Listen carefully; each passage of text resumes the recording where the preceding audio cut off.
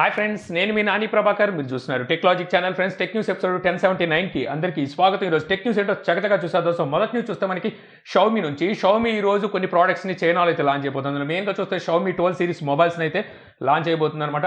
Already launch చేసి ఉండాలి, ఇప్పుడు వరకు చూసాను, బట్ ఒకసారికి ఇంకా న్యూస్ అయితే మనకి రాలేదు. ఈ న్యూస్ మనం రేపైతే కవర్ చేద్దాం. ఇంకా అలాగే షావమీ ఇండియాలో చూస్తే ఈ జనవరి 6వ తారీఖున షావమీ 11i మొబైల్ని లాంచ్ అయిపోతున్న సంగతి తెలిసిందే కదా. ఆల్రెడీ మనం ఎప్పుడో మాట్లాడుకుంటూ వస్తున్నాం. చైనాలో వచ్చేసరికి ఆల్రెడీ వీళ్ళు లాంచ్ చేసిన రెడ్మీ నోట్ 11 ప్రో ప్లస్ ఏదైతే ఉందో అదే మొబైల్ ఇండియాలో వచ్చేసరికి 11i హైపర్ చార్జ్ పేరు మీద అయితే తీసుకురాబోతున్నారని. సో ఇదైతే ఇప్పుడు కన్ఫర్మ్ అయినట్టుగా తెలుస్తుంది అనమాట. సో మనకి మణికుమార్ జైన్ ట్విట్టర్ లో ఒక టేజర్ అయితే రిలీజ్ చేశాడు. ఇందులో కనుక చూస్తే మనకి మొబైల్ సేమ్ అదే మొబైల్ అని చెప్పి అయితే కన్ఫర్మ్ అయితే అయిపోయింది. ఇక అలాగే షావమీ చూస్తే మనకి ఫోల్డింగ్ మొబైల్ అయితే తీసుకొచ్చిన సంగతి తెలుసు. బట్ ఒకసారికి అది మనకి ఆరిజెంటల్ గా అయితే ఫోల్డ్ అయ్యేది తీసుకొచ్చారు, అంటే బుక్ లాగా అయితే ఫోల్డ్ అయ్యేది ఉంది. సో వీళ్ళొసరికి ఫ్లిప్ టైప్, అంటే మనకి వర్టికల్ గా ఫోల్డ్ అయ్యే మొబైల్ అయితే ఇప్పుడు వరకు తీసుకురాలేదు. ఇప్పుడు దీనికి సంబంధించిన పేటెంట్ అయితే వీళ్ళు ఫైల్ చేసినట్టు తెలుస్తుంది అనమాట. సో ఈ మొబైల్ మనకి చూడడానికి రేసెట్ డ్యూయల్ కెమెరా సెటప్, అలాగే మనకి బార్ ఫ్లాష్ లైట్ అయితే కనిపిస్తుంది, అలాగే సెకండ్ డిస్ప్లే కూడా అయితే కనిపిస్తుంది. మనకి ఇది సెకండరీ సెల్ఫీ డిస్ప్లే అనుకోవచ్చు. ఇంత ముందు వచ్చరికి వీళ్ళు 11 ప్రో MI 11 అల్ట్రా అనుకుంటా వీళ్ళు వచ్చరికి సెకండ్ డిస్ప్లేని తీసుకొచ్చారు కదా, అదే రకమైన డిస్ప్లేని అయితే తీసుకురాబోతున్నట్టు తెలుస్తుంది. సో చూడాలి మరి ఈ మొబైల్ని మనకి తెలిసి నెక్స్ట్ ఇయర్ వీళ్ళు తీసుకొచ్చే అవకాశం అయితే ఉందన్నమాట. రీసెంట్ డేస్లో చూస్తే మనకి హువావే కూడా అయితే ఆల్రెడీ వాళ్ళు ఇలాగ వర్టికల్గా ఫోల్డ్ అయ్యే మొబైల్ అయితే తీసుకొచ్చారు. ఇప్పుడు హానర్ కూడా అయితే తీసుకొస్తుంది. మోటర్లో ఎప్పుడో తీసుకొచ్చింది, శాంసంగ్ అందరికన్నా ముందే ఉందని చెప్పొచ్చు. ఇప్పుడు షావమీ కూడా ఆ లిస్ట్లో అయితే చేరుకుంది. ఇక నెక్స్ట్ చూస్తే మనకి మైక్రోసాఫ్ట్ కూడా ఫోల్డింగ్ మొబైల్ తెస్తుంది. బట్ ఒకసారి అది మనకి ట్విన్స్ డిస్ప్లేతో వస్తుంది, అంటే రెండు డిస్ప్లేస్తో మనం ఫోల్డ్ చేసుకునే విధంగా వీళ్ళు సర్ఫేస్ డ్యూ అని చెప్పేసి రెండు మొబైల్స్ అయితే ఇప్పుడు వరకు తెచ్చారు. ఇండియాలో అయితే ఇప్పుడు వరకు వీళ్ళైతే దీన్ని అయితే లాంచ్ చేయలేదు అనుకోండి. ఇప్పుడు ఒకసారికి త్రిబుల్ ఫోల్డింగ్ మొబైల్ని పేటెంట్ అయితే తీసుకున్నట్టుగా తెలుస్తుంది. సో ఈ త్రిబుల్ ఫోల్డింగ్ మొబైల్ అనేది వీళ్ళు ఇలాగే 3 డిస్ప్లేని సపరేట్గా చేసి ఫోల్డ్ చేసే విధంగా తీసుకొస్తారా, లేకపోతే ఇది మనకి ఫోల్డింగ్ మొబైల్ లాగా 3 ఫోల్డ్తో మొబైల్ని తీసుకొస్తారా అనేది అయితే తెలియాల్సి ఉంది. ప్రస్తుతానికి సంబంధించి పేటెంట్ అయితే ఫైల్ చేశారు. ఆల్రెడీ TCL కూడా చూసుకున్నట్టయితే ఇటువంటి పేటెంట్ అయితే ఆల్రెడీ ఫైల్ చేసింది. వాళ్ళు ఎప్పుడో టీచ్ చేసుకుంటూ వచ్చారు. 2019-18లో నుంచే వాళ్ళు అయితే ఈ రకంగా త్రిబుల్ ఫోల్డింగ్ మొబైల్ చేస్తామన్నారు, కానీ ఇప్పుడు వరకు వాళ్ళ దగ్గర నుంచి ఒక ఫోల్డింగ్ మొబైల్ కూడా అయితే బయటికి రాలేదు.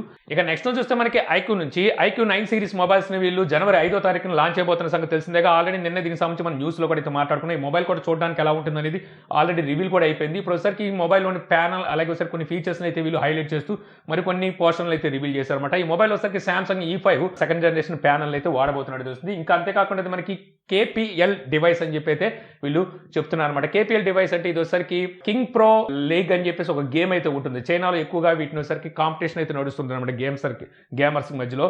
దానికి కంపాటబుల్ డివైస్ అని చెప్పి అయితే వీళ్ళు ఇప్పుడు టీచ్ చేసుకుంటూ అయితే వస్తున్నారు. ఇక అలాగే ఈసారి మనకి ఈ iQOO 9 మన ఇండియాలో అయితే తీసుకురాబోతుంది అనమాట. వివో కనుక చూసినట్టయితే యాక్చువల్గా మనకి iQOO 8 రావాలి, బట్ ఒకసారికి ఆపేశారు. ఎప్పుడో రావాల్సింది అదైతే ఆగిపోయింది. ఇక మనకి iQOO 8 మీద ఆశలు వదిలేసుకుని iQOO 9 ఇండియాలోకి వస్తుందని చెప్పి భావించాల్సిందే.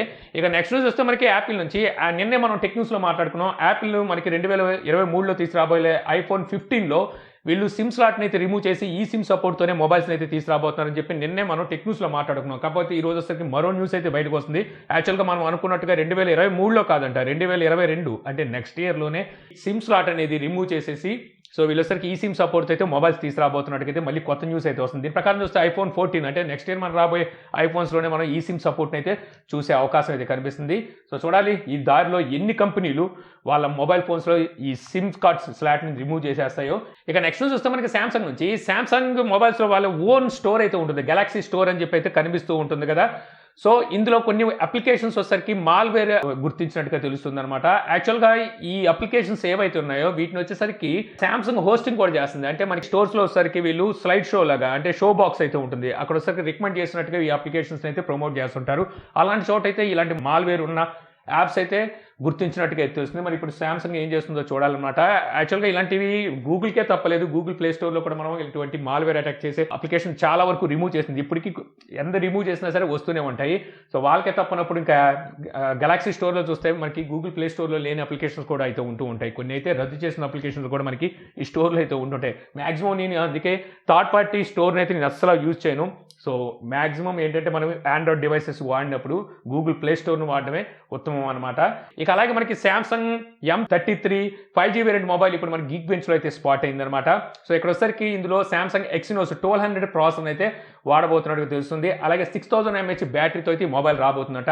యాక్చువల్గా రీసెంట్ డేస్ లోనే మనకి A53 5G వేరియంట్ మొబైల్ కూడా స్పాట్ అయింది. అందులో కూడా సేమ్ స్పెసిఫికేషన్స్ అయితే స్పాట్ అయింది. దీని ప్రకారం చూస్తే వీళ్ళు A53నే రీబ్రాండ్ చేసి M33 పేరు మీద తీసుకొస్తున్నట్టుగా అర్థమవుతుంది. నన్ను అడిగితే మాత్రం M33 మొబైల్ని రీబ్రాండ్ చేసి A53 పేరు మీద అయితే తీసుకొస్తున్నారు. ఎందుకంటే M33 అనేసరికి ప్రైస్ తక్కువలో అమ్మవచ్చు, A53 అంటే ప్రైస్ ఎక్కువలో అమ్ముకోవచ్చు, అది కూడా ఆఫ్లైన్ టార్గెట్ చేసి.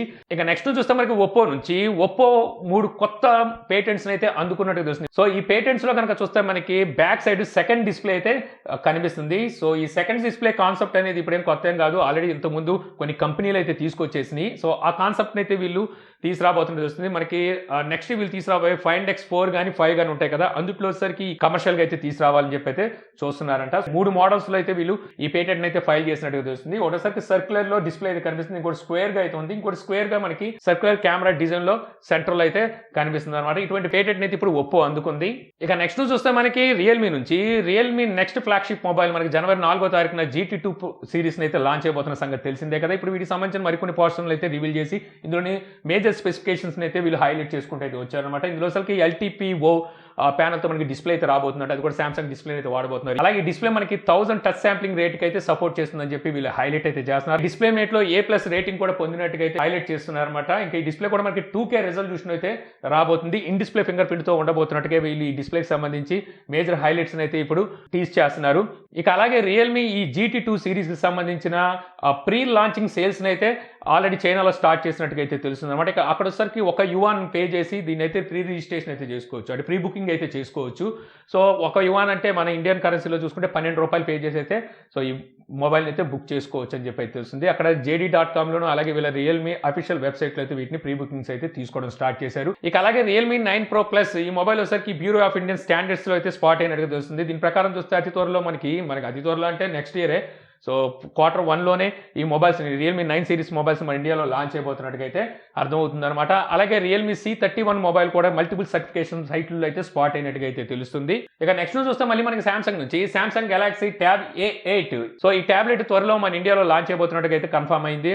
ఇప్పుడు మనకి అమెజాన్ లోని మైక్రో సైట్ లో సామ్సంగ్ టీస్ చేయడం అయితే స్టార్ట్ చేసింది అనమాట. ఈ టాబ్లెట్ లో మనకి యూనిసాక్ T618 ఈ ప్రాసెసర్ అయితే ఉంటుందని చెప్పేసి గతంలో మనకు వచ్చిన లీక్స్ ప్రకారం అయితే వస్తుంది. టాబ్లెట్ లో మనకి వైఫై అండ్ LTE వేరియంట్ రెండు వేరియంట్స్ అయితే ఉంటాయి. వైఫై వేరియంట్ స్టార్టింగ్ మనకి 3GB 32GB వస్తుంది, ₹20,000 నుంచి స్టార్ట్ అవుతుందని చెప్పి అయితే తెలుస్తుంది. ఎందుకంటే యూరోప్ ప్రైజెస్ అయితే మనకి ఇంతకుముందు ఇలాగే అయితే లీక్ అయినాయి.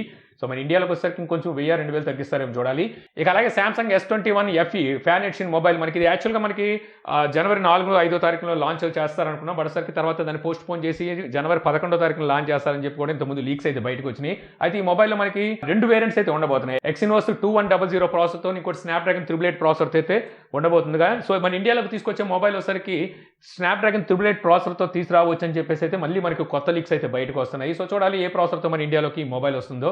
ఇక నెక్స్ట్ చూస్తే మనకి క్రిప్టో కరెన్సీకి సంబంధించింది అనమాట. ఇప్పుడు క్రిప్టో కరెన్సీ చాలా మంది పెట్టుబడులు పెట్టడం అయితే మొదలు పెట్టారు. మన ఇండియాలో కూడా అయితే చాలా మంది ఇప్పుడు క్రిప్టో కరెన్సీ మీద పెట్టుబడులు పెట్టడం కూడా అయితే చూస్తున్నాము. సో ఇప్పుడు వచ్చరికి దీంట్లో స్కామ్స్ కూడా ఫ్రాడ్స్ కూడా అలాగే అయితే పెరిగిపోతున్నాయి అనమాట. ఇప్పుడు వచ్చరికి UAE కంట్రీలో వచ్చేసరికి కొత్త చట్టాన్ని తీసుకొచ్చినట్టు వస్తుంది. ఎవరైతే ఇలా ఫ్రాడ్ చేసి అలా స్కామ్ చేస్తుంటారు క్రిప్టో కరెన్సీకి, వీళ్ళకి వచ్చేసరికి 5 సంవత్సరాలు జైలు శిక్ష ఇచ్చేలాగైతే అక్కడ కొత్త చట్టాన్ని అయితే తీసుకొచ్చినట్టుగా తెలుస్తుంది అనమాట. ఆల్రెడీ మన ఇండియాలో కూడా ఇలాంటి ఫ్రాడ్స్ అయితే ఎక్కువైపోయినాయి. నిన్న కాక మొన్నే అనుకుంటా సో తెలంగాణ సైబర్ క్రైమ్ పోలీసులు కూడా అయితే సో వార్నింగ్ ఇచ్చారు. ఎవరైతే crypto currency wallets unknown wallets వాడుతూ అందులోకి ట్రాన్స్ఫర్ చేస్తుంటారో వాళ్ళని అందులో పంపించొద్దని చెప్పేసి వాళ్ళు కూడా అయితే వార్నింగ్ ఇచ్చారు. ఎవరు పడితే వాళ్ళకి పాస్వర్డ్ ఇలాంటివి అయితే షేర్ చేసుకోవద్దని కూడా వాళ్ళు కూడా అయితే వార్నింగ్ ఇచ్చారు. ఇటువంటి చట్టాలు మన ఇండియాలో కూడా వస్తే బాగుంటాయి అనిపిస్తుంది. ఎందుకంటే ఇప్పుడిప్పుడే మనకి క్రిప్టో కరెన్సీ మీద చాలా మంది మక్కువ చూపిస్తున్నారు ఇండియాలో చూసుకున్నట్టయితే. అలాగే ఫ్రాడ్స్ అండ్ స్కామర్స్ కూడా అయితే పెరిగిపోతున్నారు. ఇక ఫైనల్ చూస్తే మనకి ఎయిర్టెల్ నుంచి ఎయిర్టెల్ అలాగే టాటా కన్సల్టెన్సీ సర్వీస్ వీళ్ళిద్దరూ టీమ్ గా ఏర్పడి 5G బేస్డ్ రిమోట్ టెక్నాలజీ మీద వర్క్ చేస్తున్నట్టుగా అయితే తెలుస్తుంది అనమాట. So 5G based remote technology అనేసరికి ఇప్పుడు వచ్చే రోబోట్స్ కానివ్వండి ఏమైనా చూసుకుంటే మనకి 5G మీద వర్క్ చేసే ఏమైనా థింగ్స్ ఏవైతే ఉంటాయి వీటి మీద అయితే వీళ్ళు వర్క్ అయితే స్టార్ట్ చేశారంట. ఇప్పుడు ప్రస్తుతానికి వీళ్ళు హర్యానాలోని ఎయిర్టెల్ 5G ల్యాబ్ లో అయితే వీళ్ళు ఇప్పుడు టెస్టింగ్ అయితే చేస్తున్నారు కదా. అంటే ఇప్పుడు సపోజ్ మనం డ్రోన్స్ అయితే చూసుకున్నట్టయితే మనకి రేడియో ఫ్రీక్వెన్సీ ద్వారా అయితే పనిచేస్తూ ఉంటుంది కదా. సో దాని రేంజ్ పెంచాలనుకుంటే మనకి 5G వచ్చిన తర్వాత ఈ స్పీడ్ ని అందుకోగలదు కాబట్టి మనం ఈ డ్రోన్స్ ను కూడా కావాల్సినంత దూరం అయితే ఫ్లై చేయవచ్చు అనమాట. సో ఇటువంటి రిమోట్ బేస్డ్ 5G టెక్నాలజీ మీద అయితే ఇప్పుడు వీళ్ళిద్దరైతే వర్క్ చేస్తున్నారు, టాటా అలాగే ఎయిర్టెల్ ఇద్దరు కలిసి అనమాట. సో ఇంతే ఫ్రెండ్స్, నాకు ఈరోజు ఇంట్రెస్టింగ్ అనిపించిన టెక్ న్యూస్ వీడియో మీకు నచ్చింది అనుకుంటున్నాను. వీడియో కనుక మీకు నచ్చితే లైక్ చేయగలరు. యూట్యూబ్లో మా ఛానల్ ఇంకా సబ్స్క్రైబ్ చేసుకోకపోతే సబ్స్క్రైబ్ చేసుకోవడం మర్చిపోమాకండి. So thank you for watching. Jai Hind.